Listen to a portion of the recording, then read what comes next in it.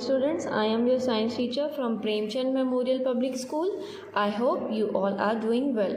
Students, today we will study science book chapter number 9, heat. So now let's start the chapter. Here is your chapter. Students, the chapter has been studied till the topic of temperature. So now move on to the next topic. Okay. Here is your topic. Precaution to be taken while using a thermometer. अब हमें thermometer use करने के time पे क्या क्या precautions लेने चाहिए उसके बारे में हम रीड आउट करेंगे. Okay. Always wash the thermometer with N antiseptic solution before and after using it. अब देखिए, हमेशा जब थर्मोमीटर को आप यूज़ करते हैं, यूज़ करने से पहले भी और यूज़ करने के बाद भी आपको एंटीसेप्टिक सोल्यूशन के साथ थर्मोमीटर को वॉश कर लेना चाहिए. Okay. For clinical thermometer, ensure that mercury level is below 35 degree Celsius. देखिए, जो क्लिनिकल थर्मोमीटर होता है उसको यूज़ करने से पहले आपको चेक कर लेना चाहिए कि जो उसका लेवल है, मर्करी लेवल, वो 35 डिग्री सेल्सियस है.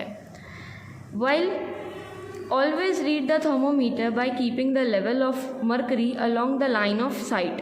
अब आपको ये भी देख लेना चाहिए जो मर्करी लेवल है वो लाइन के साइट में हो. ठीक है.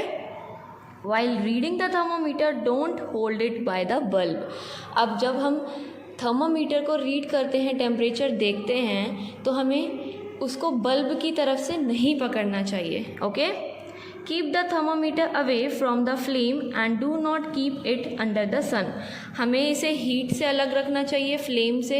ठीक है. और सन से भी दूर रखना चाहिए. इससे क्या होगा, अगर हम हीट में रखेंगे, फ्लेम में रखेंगे, तो जो मर्करी है वो टूट सकती है और आपका थर्मोमीटर ख़राब हो सकता है. Handle the thermometer with care because if it hits because against a hard object it may break. Thermometer को अच्छे से पकड़ना चाहिए, केयर के साथ. अगर आप हार्ड से पकड़ोगे और टाइट से पकड़ोगे तो आपका क्या होगा, थर्मोमीटर जो है वो टूट सकता है. While using laboratory thermometer, ensure that it is kept upright and not tilted. अब देखिए, जो लेबोरेटरी थर्मोमीटर है उसको अच्छे से हैंड होल्ड करना चाहिए अपराइट में और नॉट टिल्टेड करना चाहिए. The bulb of laboratory thermometer should be surrounded on all sides by the substances of which the temperature is to be measured and not touch the surface of the container of the substance. अब देखिए, जो laboratory thermometer है उसका जो bulb है वो सारी sides में होता है. ठीक है. जो ऑब्जेक्ट है, जिसको, जो सब्सटेंस है जिसका टेम्परेचर लेवल चेक करना है, उसका ऊपर से आपको पकड़ना चाहिए, वो टच नहीं होना चाहिए उसका सरफेस, कंटेनर को. Okay. Now move on to the next topic. Heat makes change in substances. अब देखिए, हीट जो है आपकी सब्सटेंसेस को भी चेंज कर देती है. कैसे, उसके बारे में रीड आउट करते हैं. You have learn that water can be found in 3 states: ice, water and steam. Water can be changed from one state to another when it is heated. The opposite changes take place when it is cooled. देखिए, आपने पढ़ा है कि जो water की states हैं वो 3 अलग अलग स्टेट्स होती हैं: आइस, वाटर, स्टीम. यानी solid, liquid and gas. Okay. जो वाटर होता है वो एक स्टेट से दूसरे स्टेट में आने के लिए हीट का यूज़ होता है जब वो चेंज होता है. ठीक है. The opposite changes take place with it is cooled. जब अपोजिट जो आपका लेवल होता है, चेंज होता है, वो कूल करने पे होता है. Okay. Substances like ghee and coconut oil become solids when they are cooled. They melt on heating. When they are cooled, they become solid again. अब देखिए, जैसे कि सब्सटेंसेस हैं घी, कोकोनट ऑयल, वो सॉलिड कब होते हैं, जब वो ठंडे होते हैं, जब हम उसे ठंडा करके रखते हैं, फ्रिज में रख देते हैं. लेकिन जब हम हीट करते हैं और वो मेल्ट हो जाते हैं. ठीक है. When they are cooled, they become solid again. जब हम दोबारा से कूल करेंगे, ठंडा करेंगे, तो वो दोबारा से सॉलिड बन जाएंगे. Okay. These changes are, move on to the next page. Reversible. Ice can melt into water. The water can freeze into ice. Water can boil and change into steam. The steam can condense into water. ice, water and steam are only different forms of states of the same substance. Now new substances are formed in these changes. This type of change is called a physical change. अब देखिए, जैसे कि हमें पता है ice जब melt होती है तो वो वाटर में चेंज होती है, ठीक है। जब वाटर फ्रीज़ होता है वो आइस में चेंज होता है। जब पानी बॉईल होता है मीन्स गर्म होता है, उबलता है, तो वो स्टीम में चेंज होता है।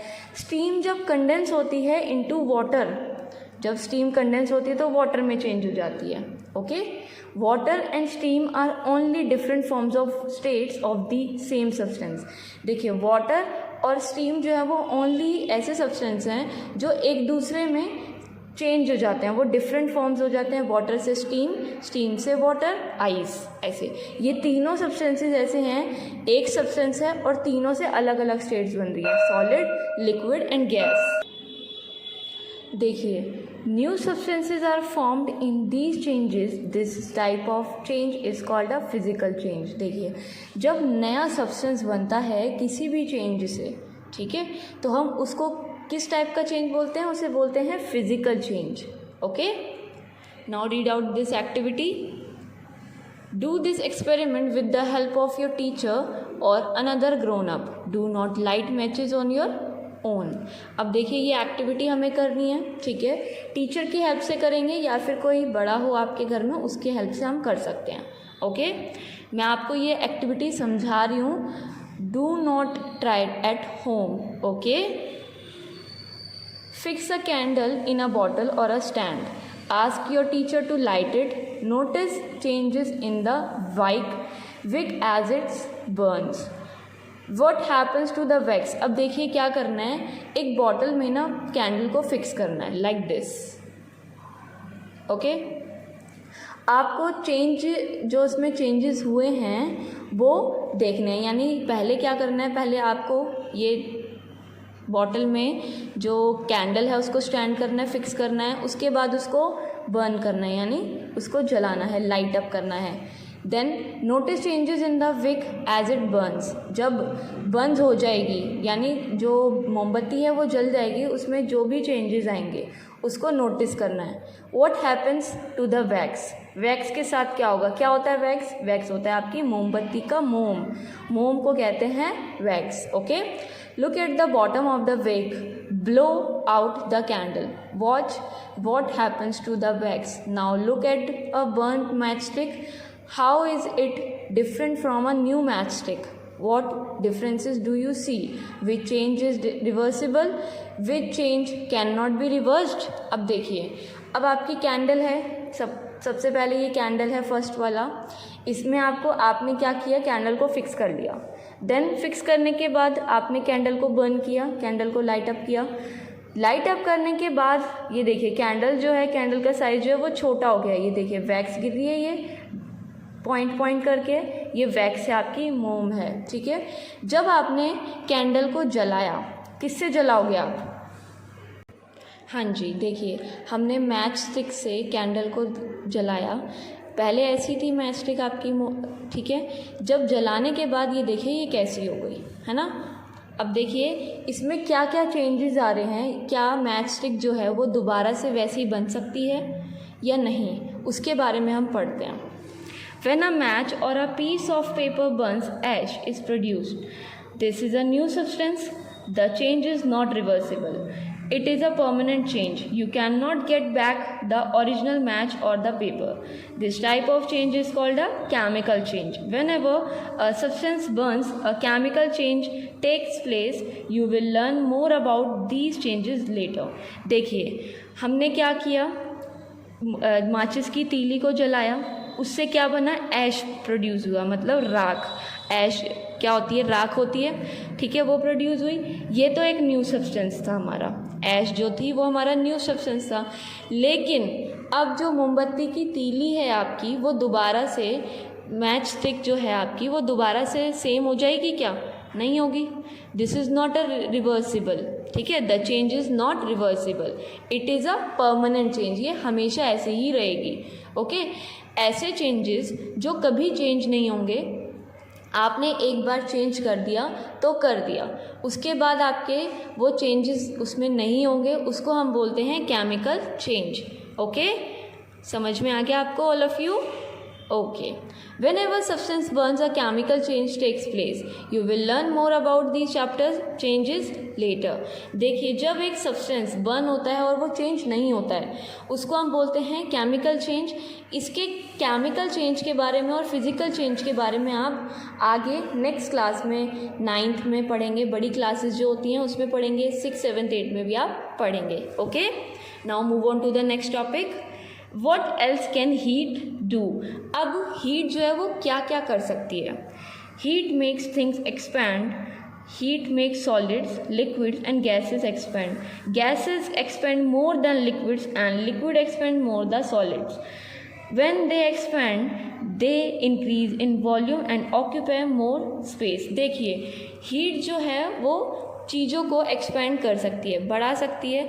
हीट जो है वो सॉलिड को, लिक्विड को, गैस को चेंज कर सकती है। देखिए कैसे, गैस को एक्सपेंड कर सकती है मोर देन लिक्विड, गैस जो है वो लिक्विड से ज़्यादा एक्सपेंड हो सकती है, लिक्विड सॉलिड से ज़्यादा एक्सपेंड हो सकते हैं। When they expand they increase in volume and occupy more space. जब ये एक्सपेंड हो जाते हैं सॉलिड, लिक्विड, गैस, तो वो ज़्यादा वॉल्यूम इंक्रीज कर लेते हैं और ज़्यादा स्पेस भी ऑक्यूपाई कर लेते हैं। Okay, now move on to the next topic, the transfer of heat. अब हीट का ट्रांसफ़र कैसे होता है? The heat transfer takes place from an object to its surroundings due to the difference in their temperature, so that the object and the surroundings reach the same temperature. देखिए, heat जो है वो एक substance से दूसरे substance में कैसे transfer होती है? By the surroundings. सराउंडिंग्स में ऑब्जेक्ट्स की तरीके से आपको उसको रीच करना होता है, टेम्परेचर आपका देखना होता है, जो हीट के अंदर क्या टेम्परेचर है उसी के हिसाब से हम ट्रांसफ़र कर सकते हैं। The heat is transfer from a hotter object to its surrounding. अब देखिए, जो हीट है वो कैसे ट्रांसफ़र होगी? वो हॉटर ऑब्जेक्ट से ट्रांसफ़र होगी सराउंडिंग्स में। The heat is transfer to the particles of the air that is comparatively cooler. देखिए, हीट कैसे ट्रांसफ़र होगी? एयर में जो पार्टिकल्स होते हैं वो कूलर होते हैं, ठीक है। उन पार्टिकल्स की हेल्प से जो हीट है वो हमारी सराउंडिंग्स में ट्रांसफ़र होती है। Okay, heat can be transferred by the 3 methods, conduction, convection and radiation. अब देखिए, हीट जो है आपके 3 मेथड से ट्रांसफ़र हो सकती है, conduction, convection and radiation. Now that's all for today. What you have to do? You have to do all the difficult words in your notebook and learn it also. Okay? Now thank you for watching video. Stay safe, stay healthy and have a nice day. Okay?